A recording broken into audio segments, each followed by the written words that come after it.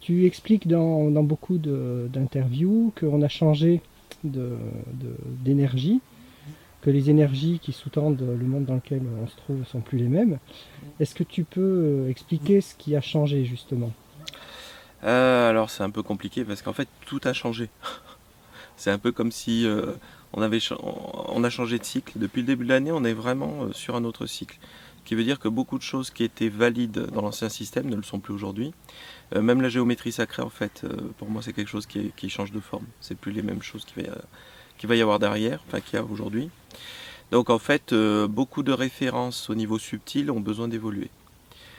En fait, on est dans un monde aujourd'hui qui va très très vite, qui manifeste très vite ce qu'on veut, en fait. Euh, Ma femme elle dit on n'est plus sur des potentialités, on est sur des probabilités, plus sur des probabilités, on est sur des potentialités maintenant. Et ça c'est juste, je pense. Ça, c'est vraiment, tu veux quelque chose, tu l'as. C'est pour ça qu'en fait on est obligés tous de se remettre en question et de revoir notre système entre autres de survie principalement, parce que on est trop vite exaucé en fait. Si on est autodestructeur aujourd'hui, on s'en prend plein la gueule très vite. Donc on est obligé de vraiment de revoir notre fonctionnement. Voilà.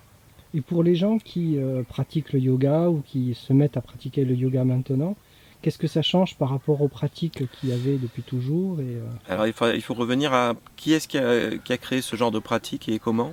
Il faut que les gens cessent de suivre une référence et acceptent de devenir leur référence. En fait, il faut qu'ils fassent ce que les premiers qui ont inventé ces techniques ont fait. C'est-à-dire écouter son corps, écouter son esprit, trouver qu'est-ce qui est adapté. Faire le tri en fait dans toutes les formations qu'il peut y avoir aujourd'hui, dans tous les styles, et que les gens prennent en kit en fait ce qui leur convient ou pas, et l'adaptent à leur propre système.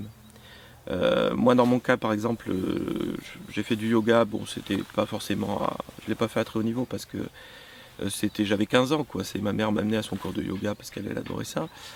Et en fait, je me suis toujours approprié les techniques. Pour moi, une technique, j'ai jamais suivi de référence. Je voyais un truc qui me convenait, qui marchait pour moi, je le prenais.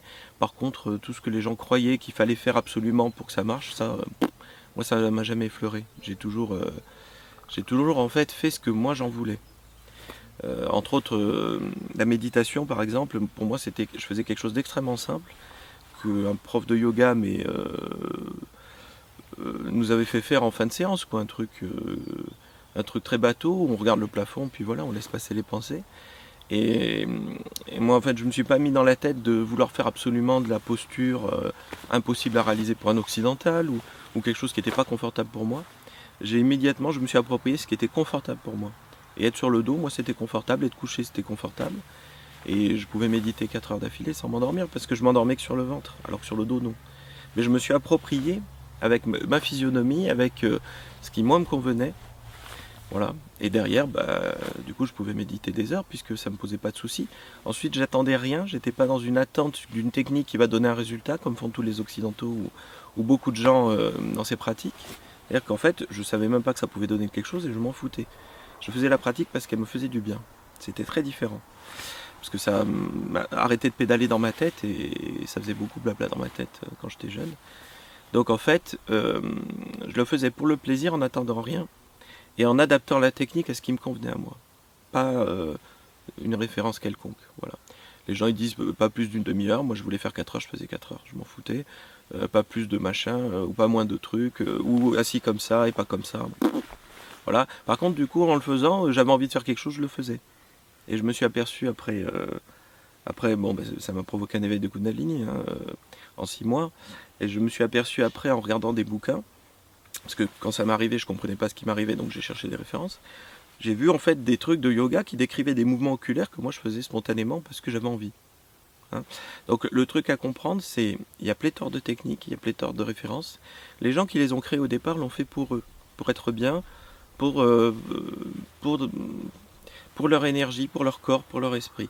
Les gens aujourd'hui sont obligés de devenir leur propre maître, c'est-à-dire de s'approprier les choses et de les faire pour eux, et pour rien.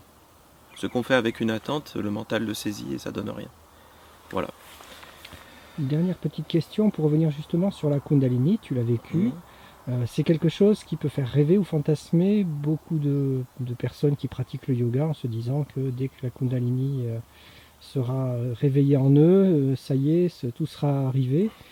Est-ce que tu peux démystifier un petit peu cette atteinte de Ouais, Bikram? alors la Kundalini, d'abord c'est une énergie irrésistible, hein.